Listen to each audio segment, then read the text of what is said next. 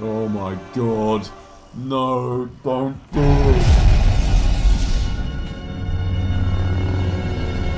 Hello there, welcome back to my channel. My name's SKYMAN Universe, and your Star Wars quote for today. I've got a bad feeling about this. It's true. And today we're going to be reacting to Chapter 24, the finale of Season 3. And I don't know if it's going to continue off this. I thought it was, but maybe it's not. And I had that thought earlier on, and I was thinking, this could be it. There could be no more Mandalorian after this, or there could be no more Mandalorian as we know it. That's why I have a bad feeling about this. The last chapter episode was really good. Really enjoyed it. The appearance of Moff Gideon finally. I can't believe it sort of left until the end of the season for that. But then I suppose it was kind of cool to see that he's hyped up and he's been sort of doing things and up to no good. So that was really good.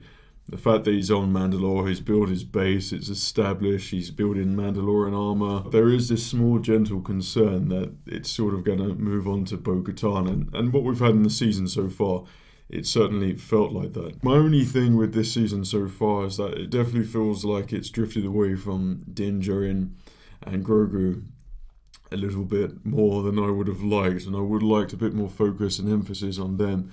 I think in the last episode it started to feel like the fact that Din was captured, that showed his importance, but I don't know why he was captured and not Bo, because surely she's the leader.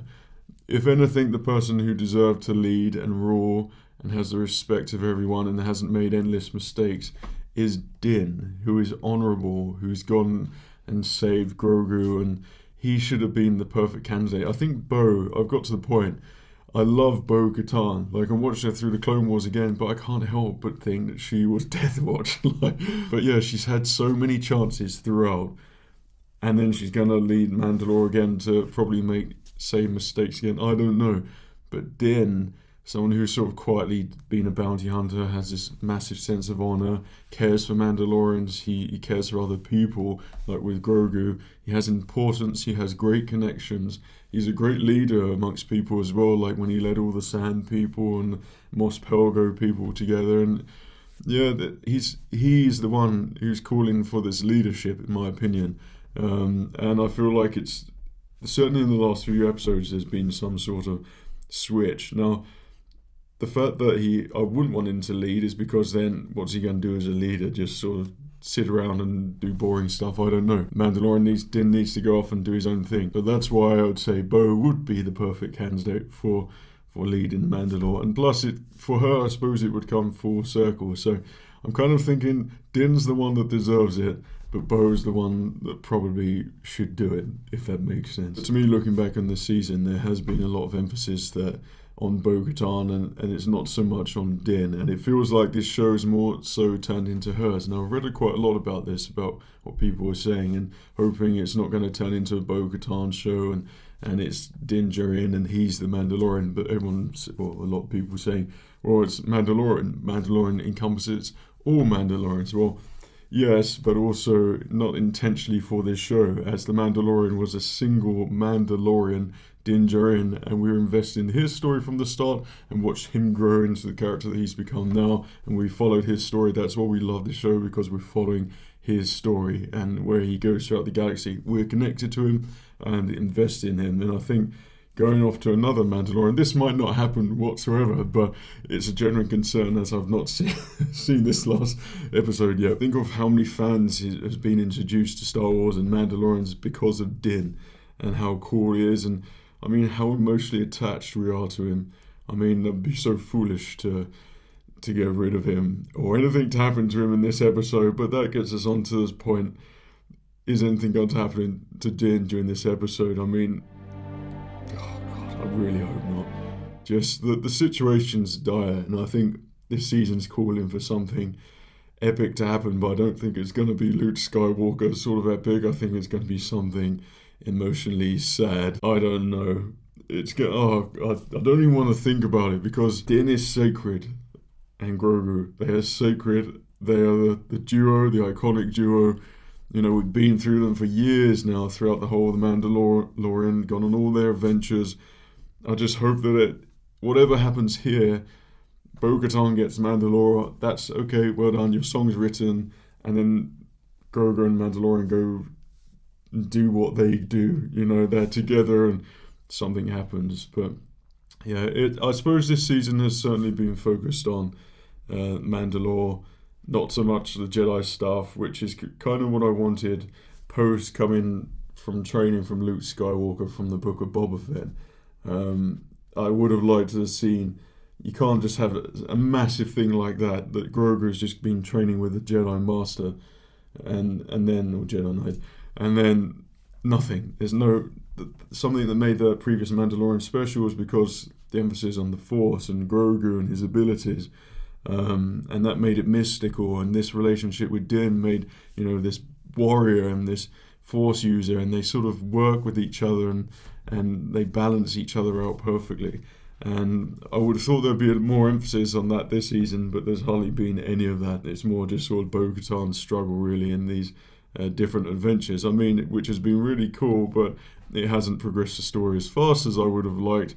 And this sort of build-up feels like we're at the end. We're at the end already. You know, the second to last episode sort of got you there straight away, and now it's just about finished. It's like, did the season just happen? Like, is that all just gone? Where's that gone? Like, but anyway, like, I think I'm sort of talking as much as possible because, one, I love the feeling of not knowing before I watch it, so there's something fresh and I know there's new Star Wars content on the horizon. And two, I have one more speculation, which is a bit far-fetched, but it got me thinking, and it's related to Star Wars Celebration, and who wasn't there? And then Pedro Pascal, he wasn't there. I think he should have been there, or made some sort of appearance or video or something. Maybe he did, I didn't see it. For his own show, which is headlining Star Wars and kind of the saviour of Star Wars, really, and really got him well known, I suppose. But also, Tamara Morrison, where is he? If he was being saved for a surprise, then maybe they'd be worried that he'd give the game away at Celebration. So he didn't turn up, and he wasn't allowed to go, so to speak. So this would be a surprise if he turns up. Also, because The Mandalorian was in Book of Boba Fett, it's only fair that Boba Fett turns up in The Mandalorian. You know, he didn't even get his own episode in The Mandalorian like The Mandalorian had in Book of Boba Fett, but that's a sort of interesting thought if he would turn up. I mean, that would be so epic. The Mandalorians can't do jack crap to save Din, and then someone can save Din, and then, oh my gosh, and then if Boba Fett turns up, and then he shows everyone how it's done, and then he goes on this epic rampage. I mean, that would be so perfect for Boba Fett, really. But anyway, are we going to get Luke Skywalker? I haven't really said it or thought about it because I don't know what will happen if he turns up. But yeah. Anyway, let's watch this. Let's do this.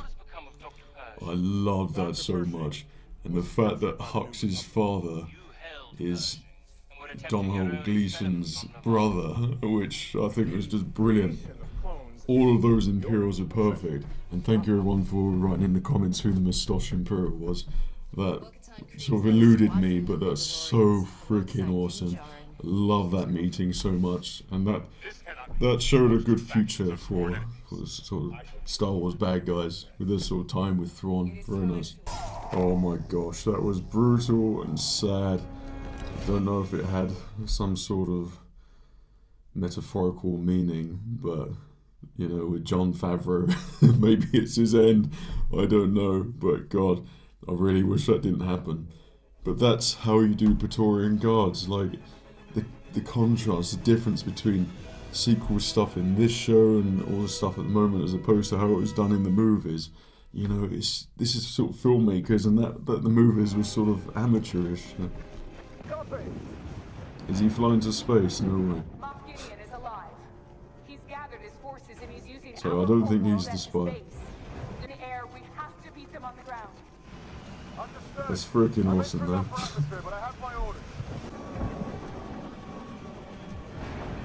Brave Mandalorian, that's for sure.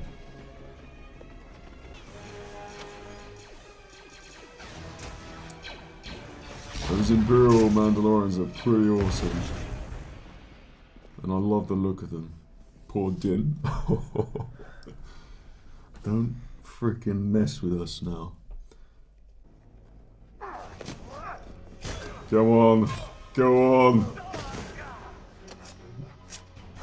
You can do it! Go on, Dan! Oh, for God's sake, this Beskar armor is crazy.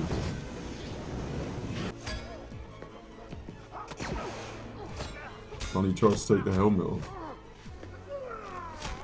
Oh my gosh. Come on, Dan. No. Oh my god.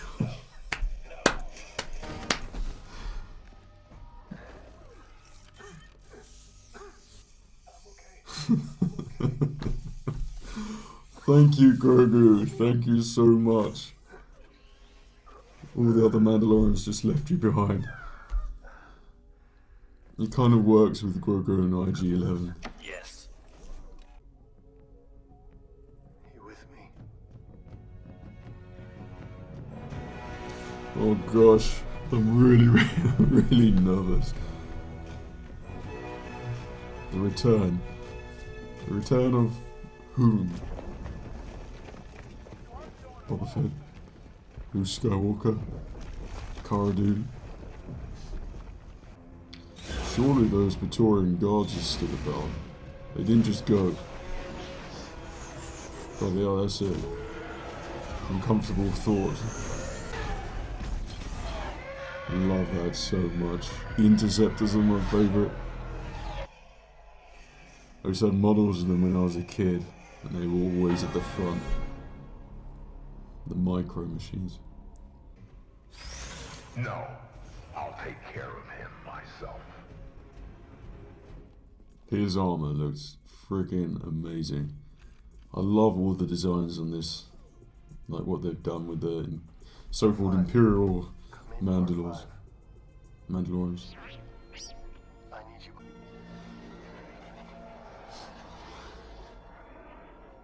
I wish IG-11 was fixed, but then they made a compartment on there for Grogu, so you had IG-11 and Grogu. And then a person who ended up hating droids has got all these droids with him.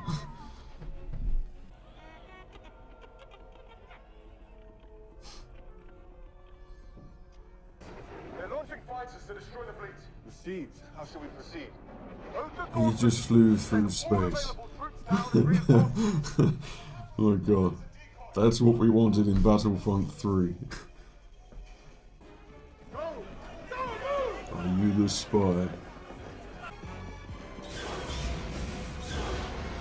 That's so cool. From space.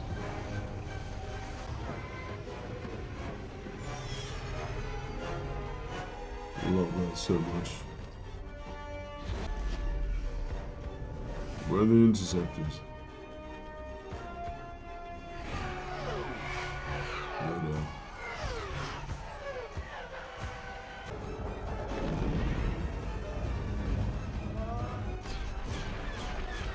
Why did he get rid of all his crew? But where's the armorer? Because I thought she went back, or was going back.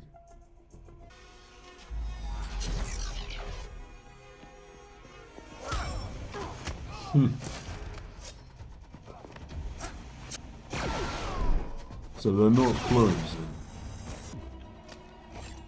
But they were just standing there the whole time. Next field. That's so good, like leveling up. This is like a game. Yes. Yes, that's what we want. Ray shields. Next field.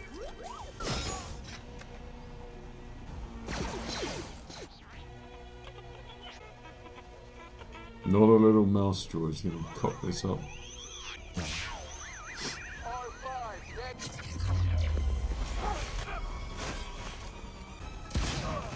And that is why Din is the best Mandalorian.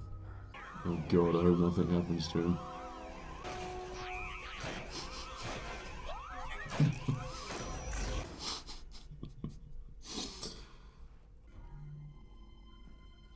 Now what the hell is this? Are these Moff Gideons? I love that he lied to all the other Imperials and Moff Gideon, saying that cloning is your obsession and not his.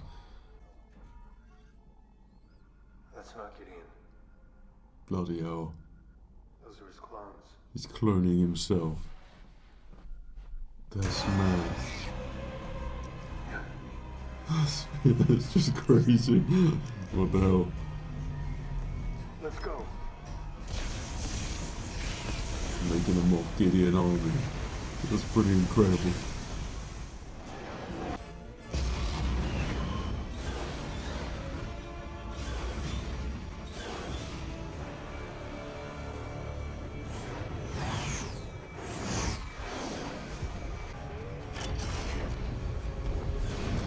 She's not a spy. In fact, I don't think any of them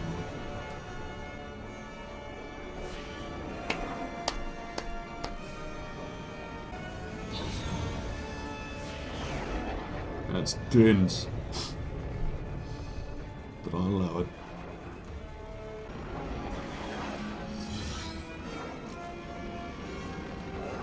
This is freaking awesome.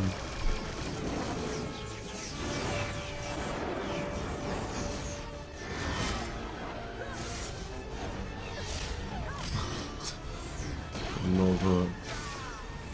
My clones.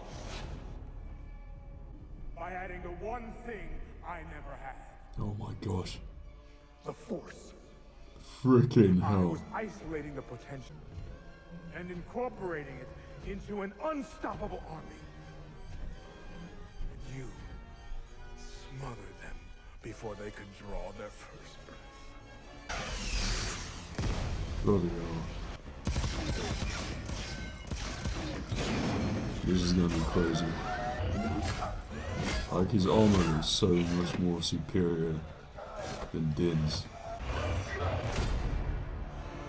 Oh my god. No, don't do this. Do not do this. No way. Oh, not again. Come on, no. Come on, Crocker, please. No, no, no.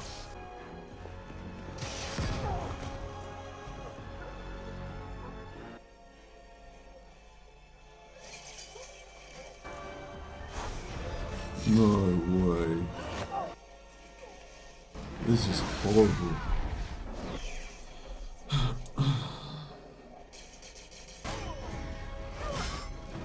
With their jetpacks, melee combat is incredible. No, I don't want to see this.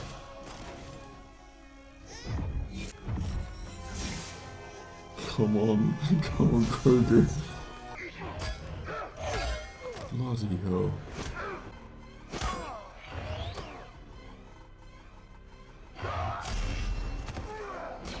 Go save your kid. No way.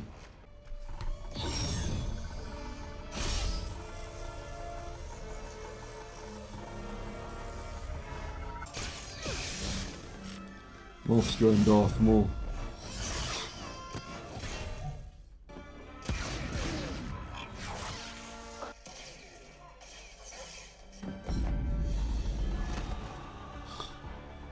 See what I mean?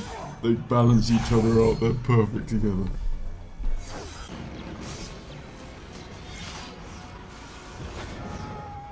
Incredible.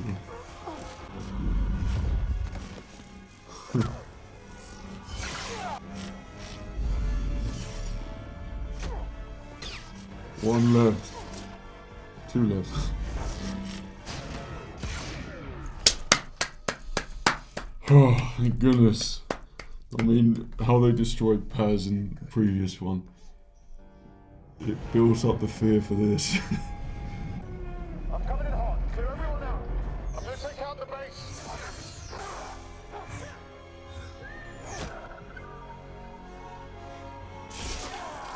No way.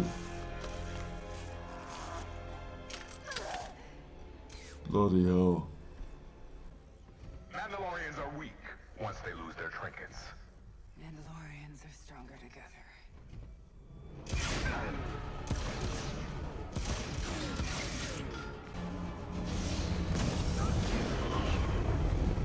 that's that.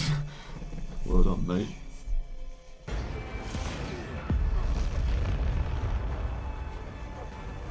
Save Grogu.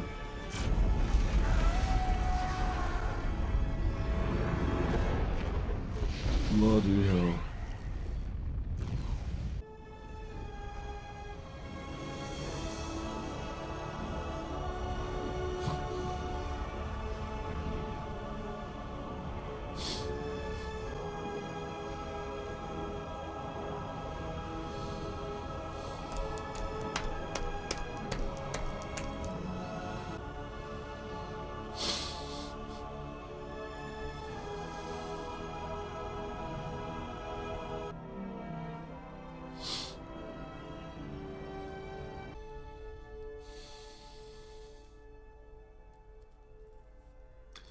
There it is.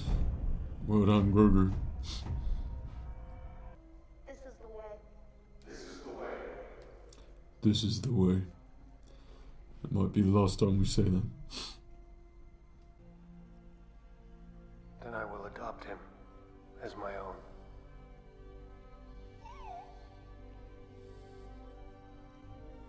This is the way. This is the way. This is the way. Let it be written in song that Din Djarin is accepting this foundling as his son. You are now Din Grogu, Mandalorian apprentice. This is the way.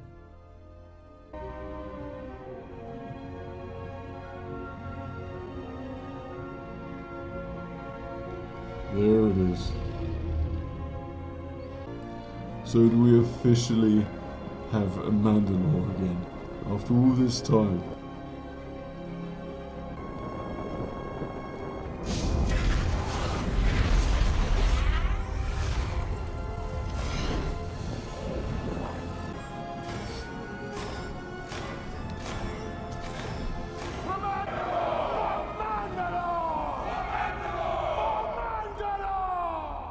Well done. They got there in the end. Are we gonna see a Zeb again? I'm just looking. Dave Filoni, Zeb, Deborah Chow. Let me buy you a drink, Mando. He looks like he's got Cat Bates' hat. Dave Filoni. Made our jobs a lot easier. Resources to protect the Outer Rim, let alone hunt down Imperial remnants. And I need work. Let me get this straight. You want to work Case basis. An independent contractor. You know this is What I want in return is that. scrap assassin droid head? I need it for parts.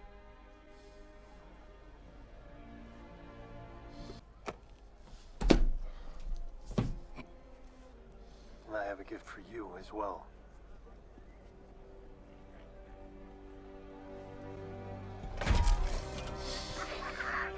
Greetings, citizens. I am IG-11, your new marshal of Navarre. I am here to serve and protect the citizenry. There we go. I am at your disposal and serve at your pleasure. Yes! God, man, it's only a freaking droid. Like, what the hell? Oh, dear. A droid. I love that he's got his own home.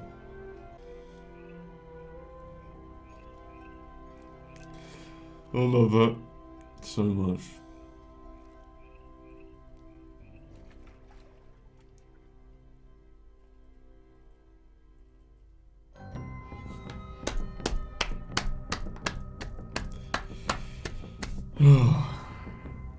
How is it that we've come to the end of The Mandalorian? I don't know if they've actually announced any further Mandalorian seasons. I know it's been talked about for sure, and saying there's tons of stories, and the ending here certainly opens up a lot of opportunity, and it's nicely set up. and it kind of this ending felt more Mandalorian than probably all the show really. It just felt like him doing his own thing, and everything sort of fell nicely into place. Him with Grogu, and I mean IG-11 back as like the protector as well.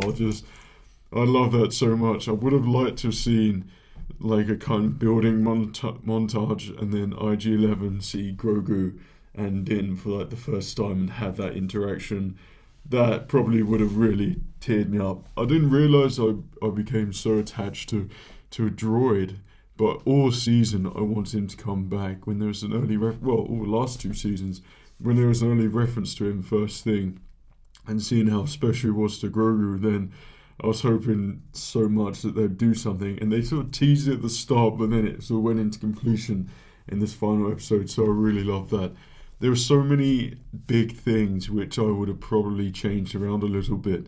So like with Moff Gideon's clone army, or his clones, that small army which he made of himself, I feel like that could have been shoved forward at the start of the season, and then actually see Moff Gideon clones in action in this last one. I mean, imagine that if we saw them at the start and we thought they were all defeated, we know what they are, Force users and Moff Gideon, and then at the end they weren't destroyed, and now there's like Force user Moff Gideons, and that could have been just an epic thing that calls out perhaps a certain Jedi Knight, or in one of the Jedi Knights, or something like that, because that's something that would have been really important, and that sort of, to see Moff Gideon at the start, to see what he's up to, then throughout the whole season we'd know he's powerful, like he's a genuine threat. I know, to having sort of looming and people talking about him and wondering where he is, the air of mystery is cool, but I think seeing what we saw now, it kind of makes me feel like what we missed at the start of the season, and so many episodes where it veered off or didn't quite feel like it was progressing a little bit. Something like that would have really set it up, and then they could have gone and done their adventures. You know, it doesn't have to be 8 episodes. Surely they can elongate it a little bit. But I don't know, that's just a minor tweak thing, but that's something that I would have done. I'm not a creator like the creators. But to have the Moff Gideon army at the start, I mean, I feel like we missed out, like we didn't really see the clones. They're built up to nothing. So it's like, well, you know, we didn't see any of that, so really it's not really that interesting. He told us his plan. Now, how much better it would have been if we knew his plan to begin with at the start of the season. It didn't even need an interaction with Din or anyone. It could just been a separate episode on Moff, like Gideon. Like, how cool would that be to actually have an episode where it focuses on the dark side of things, and that would have, you know, the bad guys, and that would have been a really cool contrast to what we've seen so far. And then see all the effort that he's put into it, and then to see them all destroyed, or, you know, later on would have had more meaning and called for this epic sort of evolution from a dark trooper to, you know, Moff Gideon and Force users. And they kind of remind me, like they could have been the Shadow Troopers out of Jedi Knight, Jedi Outcast, something like that, where they all wield some sort of lightsaber, the Force users, so they're just really special warriors as opposed to like Sith or anything like that. That would have been freaking amazing, and yeah, that would have been the tweak that I would have made there. But there were some really good things, and I was thinking in my head when Din was dueling Moff, which was freaking awesome, and then he went, of course he's going to save Grogu from the Praetorian Guards, and that's just a whole other thing. But then when Bo-Katan came out, I thought, well, that should be Din. Like, we've seen the beef between them both. Din keeps getting in the way. Moff Gideon still wants revenge from him being defeated from Din last time, so he's not going to have that. But then he's going to have this other thing with Bo. But then he comes back, and then it's both of them. That's a little thing which I really appreciated there as well, because I feel like maybe they were consciously aware. Perhaps they were going to just have Bo defeat him by herself, but then I think the right decision was to have Din and, well, all of them do it together.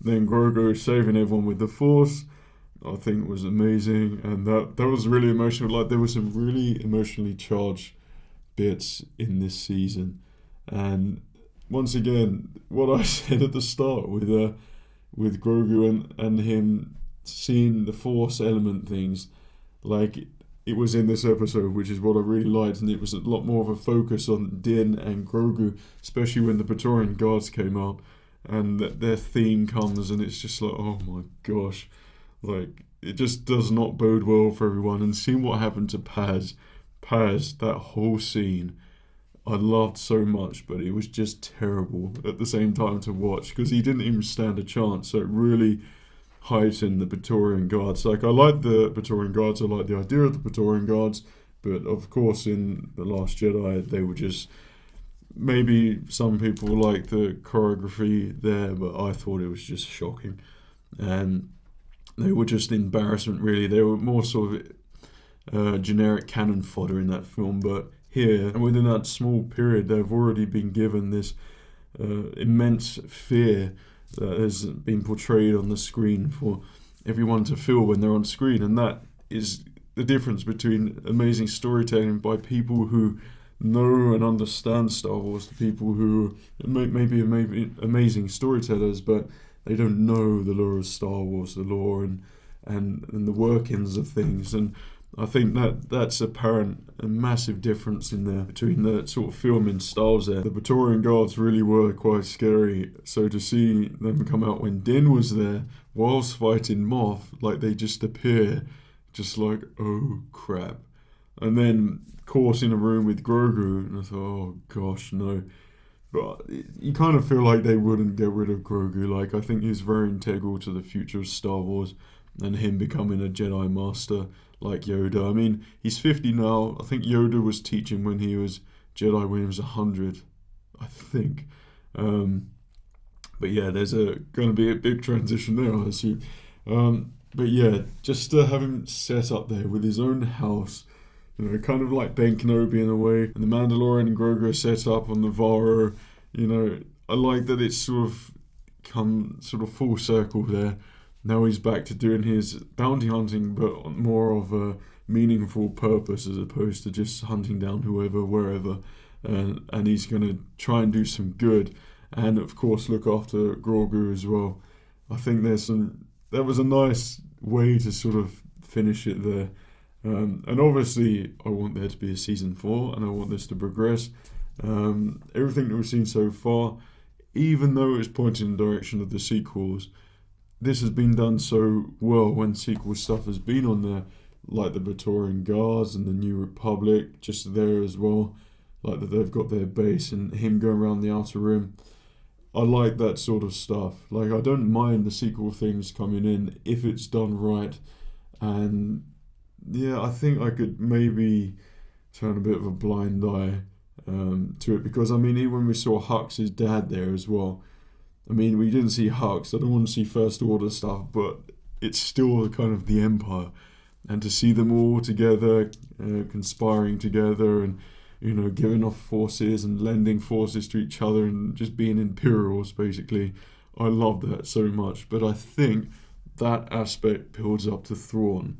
I think if they make Thrawn the main bad guy now to take this forward, who isn't a Sith, doesn't need to be a Sith. I mean, Palpatine, he didn't show anyone he was a Sith, and he took over the Republic as Palpatine. So there could be that sort of thing to gain power through cleverness, which is certainly something that Thrawn could do.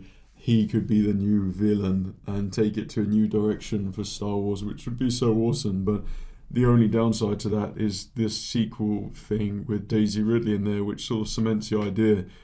Well, it cements the sequels. Like, it keeps them firmly where they are in the canon. So I don't think there's a point where you could retcon that. And I don't like the idea of this sequel thing, because it kind of, it didn't progress the Star Wars saga, the Skywalker line, or anything like that. It doesn't feel meaningful at all. And I just, I think it's a very strange decision, but I think all that's for another video when we actually get to all the Ahsoka stuff and then all the movies and things and doing the reactions for all those. But yeah, I love just the idea of the Mandalorian, where he is at the moment, sort of sitting in his house, IG-11s and Navarro, Grief Kargas and Navarro. It's kind of a really cool planet now. I mean, why didn't even they just make Navarro at Disney Park in Paris? Why didn't they do that?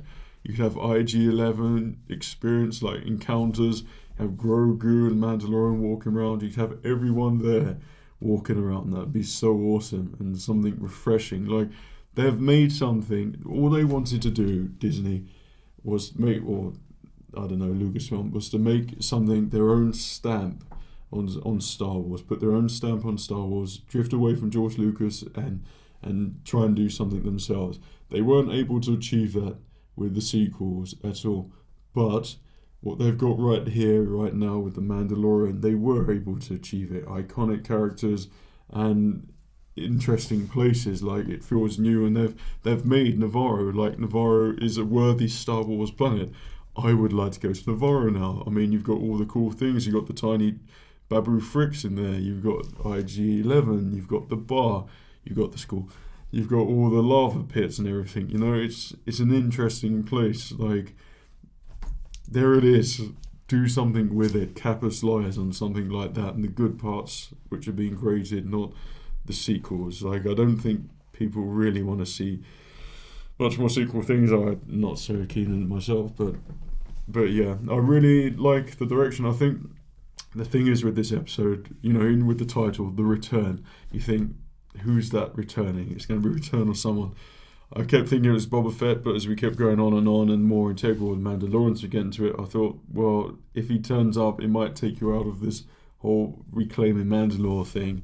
It might take the specialness away from the Mandalorians trying to do that, so maybe that wasn't the best way.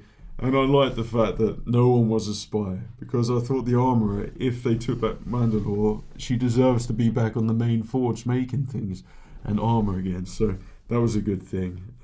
So yeah, I really enjoyed the battles. They were awesome in the sky, and the melee combat with the Darksaber was awesome. And this may sound pretty bad. I love the Darksaber. Like, I love it. Darth Maul had it. Did Obi-Wan Kenobi hold it? I'm not sure. Yeah, pre-Vizsla, like, everyone has basically had the Darksaber at some point. And it's gone throughout from Clone Wars through to here. Now, there's been this contention as to who's got it, who owns it, and all this stuff. And Moff Gideon's so right about the emphasis, about putting so much emphasis on the trinkets, and without them, you're nothing. But I think this is really a good idea to have the Darksaber be put to rest, and then just that it's been done now. Like, the Mandalorian should leave it alone. It looked cooler on Din anyway, but I mean, I would like it to be back on Din, and maybe Din will get it again, which I won't mind. But I think the whole Darksaber thing, you know, just leave it destroyed. And rule Mandalore and rebuild Mandalore into something epic. What I would love to see so much in the further series is, now that Mandalore has sort of, you know, been restored in a way, to see it how it was like in the Clone Wars with the big domes, and then also outside the domes, or maybe it doesn't need the domes anymore, and all this plant life, but the same massive buildings and that look, to see a huge city, just like it was in Clone Wars. I think that would be really cool, but better as well. So you can actually see the rewards of the hard work that's been put in this season, I suppose, for us to go through the whole season, reclaiming Mandalore, basically. So yeah, in hindsight, it was a very interesting season. Now, if I look back and someone said, what happened in season 3 at the start, tell me the first 4 episodes, I don't think I actually remember, which isn't good.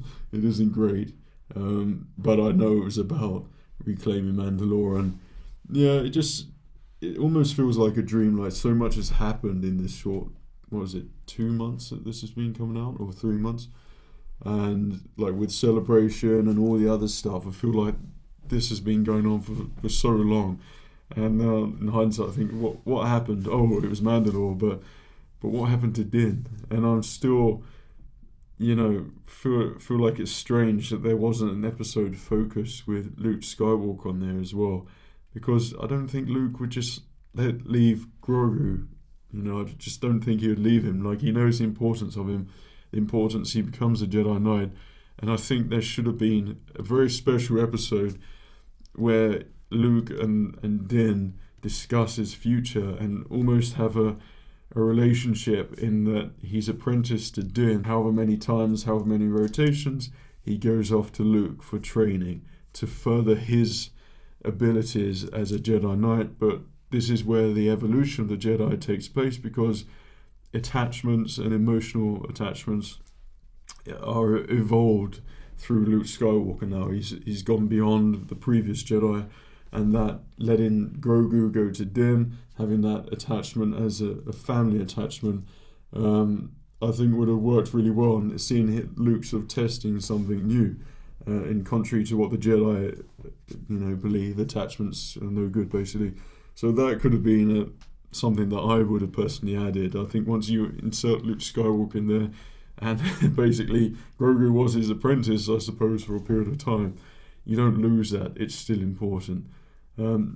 If we were moving on, if there's going to be a season 4, which I really hope there is, and there must be, I don't see how they couldn't do it, but if there was a season 4, there are things that I would love to see, and that's to know what the hell is going on in Book of Boba Fett, unless there's going to be a separate Book of Boba Fett season, because I feel like, yeah, sure, he's ruling Tatooine. The Mandalorian's got all these contacts now, he's got Tatooine, he's got Mandalore, now the New Republic, everything's sort of connected in a way, and I think that's where everyone will be sort of calling in favours. Maybe Boba Fett will be calling in a favour for the Mandalorian, asking for help, and they've built a nice relationship along with Cobb Vanth as well. And to see more and have more to do on Tatooine would be really nice. I feel like with all the wars and everything, you could really get down to some really adventurous things, like pod racing, for example. Not saying do pod racing, but pod racing is an adventurous thing. It's exciting, and I feel like there could be more of that for the next season, this pure excitement and adrenaline-filled episodes, like on Tatooine or something like that. Also, with the New Republic, I think expanding a nicer side of the New Republic. I think a lot of what we saw on Coruscant was a bit creepy and off, and I wasn't a massive fan, but I feel like they could do something really nice, like on Yavin or something. If they had an actual base there where they will operate and it's not actually on Coruscant, I think that would be really nice. Something a bit more sort of Return of the Jedi, I suppose, for the Rebels, and just make the New Republic seem a lot nicer and less clinical. I think that would be the word. And also just something which I would like, because I still don't quite understand what happened to Cara Dune, and I don't understand that whole system, what happened outside of it, but she was important to Din to begin with. As filmmakers, I think it would be really cool to go beyond and evolve just the way they make films and bring back Cara Dune, the character, and I think that would be quite a special thing. See the formation of this better New Republic, so if the First Order eventually takes over, you're not going to be rooting for them, because the New Republic at the moment, apart from the X-Wing faction, the New Republic just seems a bit weird, and I don't care if they all get taken over, to be honest. So yeah, I think there'd be more emphasis on a good Republic. Then Din could go on some really cool adventures on the Outer Rim. I love that they said the Outer Rim, because I think the Outer Rim has all the amazing places there as well, and exciting tales to be told in there. So I think there's a lot of potential for a season 4. I think the Force, future of the Jedi, everything should be handled in The Mandalorian, and I don't think so much as in future movies, really. I think The Mandalorian is where it should be being progressed, or should be progressing. And it leads us nicely onto Ahsoka as well, and if there's going to be on a sort of tie-up, or they're going to be involved at all, that would be really special. But I'm really looking forward to Ahsoka. Ahsoka was something that we'll do another video on the trailer and things, but it's something that feels different and new, and it gives me an old Star Wars game vibe, which is what I like. And I mean, if they did something crazy like, I don't know, Kyle Katarn or someone like that, then I'd be all up for it. But I think there's this element where it feels interesting, and where I did feel skeptical about an Ahsoka series, but then the fact that when we saw the trailer, it looks very well done, it's made by the right people, and the fact that this is all interlocking with one another, I mean, it does fit, and it does sort of feel good and exciting with Thrawn as well. So yeah, there's some good things I think on the horizon, and I'm very much looking forward to it. But yeah, I think the season as a whole, it was great, and then it was interesting, shall we say, and then yeah, there's some great moments in there, and certainly different, and they're slightly tiny bit just disappointed that we didn't get like a massive surprise reveal. Like, I think once you had that, then you just long for that moment again, where it sort of breaks the internet, and that would have been really cool. There certainly was a difference in the style of filmmaking this season as opposed to previous seasons, but in terms of like the visuals, I think there were some pretty spectacular visuals in there. Storytelling, like it was good.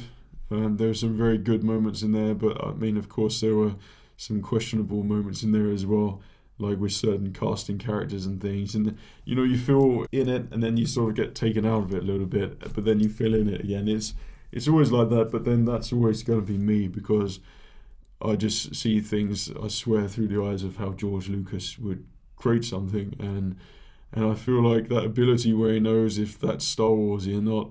I think I can kind of get that, where, you know, like, yep, no, you know, and that's just how I see these shows. So, you know, these shows, we do the reactions because we love them. We love the creators. We love Jon Favreau. We love Dave Filoni. We love all the actors who play these characters and all the other directors who've done this, like Rick and everyone. But we also have to pick up on certain things as well, because it makes sure that, you know, things are worked upon and it keeps getting better and better. That's the whole point of it. And we always want the evolution of Lucasfilm to be better and to keep churning out the good parts of Star Wars. That'd be pretty awesome. But anyway, tell me everything what you thought about this episode, what you thought about this season as a whole.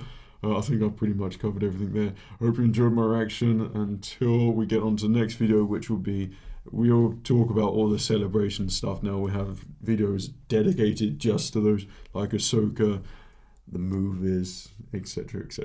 Yeah, but that'll be coming up next. But I hope you enjoyed my whole experience video. The one before this one about Celebration, I just added all the footage I took there.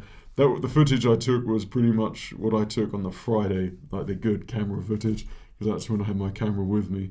But something I wish I did was just have one day out of costume and then took my camera around. I really could have got some shots and just gone up to everyone who, you know, was dressed up and made a little video with them. I had the gimbal and everything. I could have done a real sort of nice piece there, and then a nice compilation. So food for thought for next time. That could have been something that'd be worked upon for next time. But yeah, hope you enjoyed this. I've really enjoyed The Mandalorian. It always had a sacred place within, and I'll never forget the first 2 seasons as well, and watching that together was always great fun.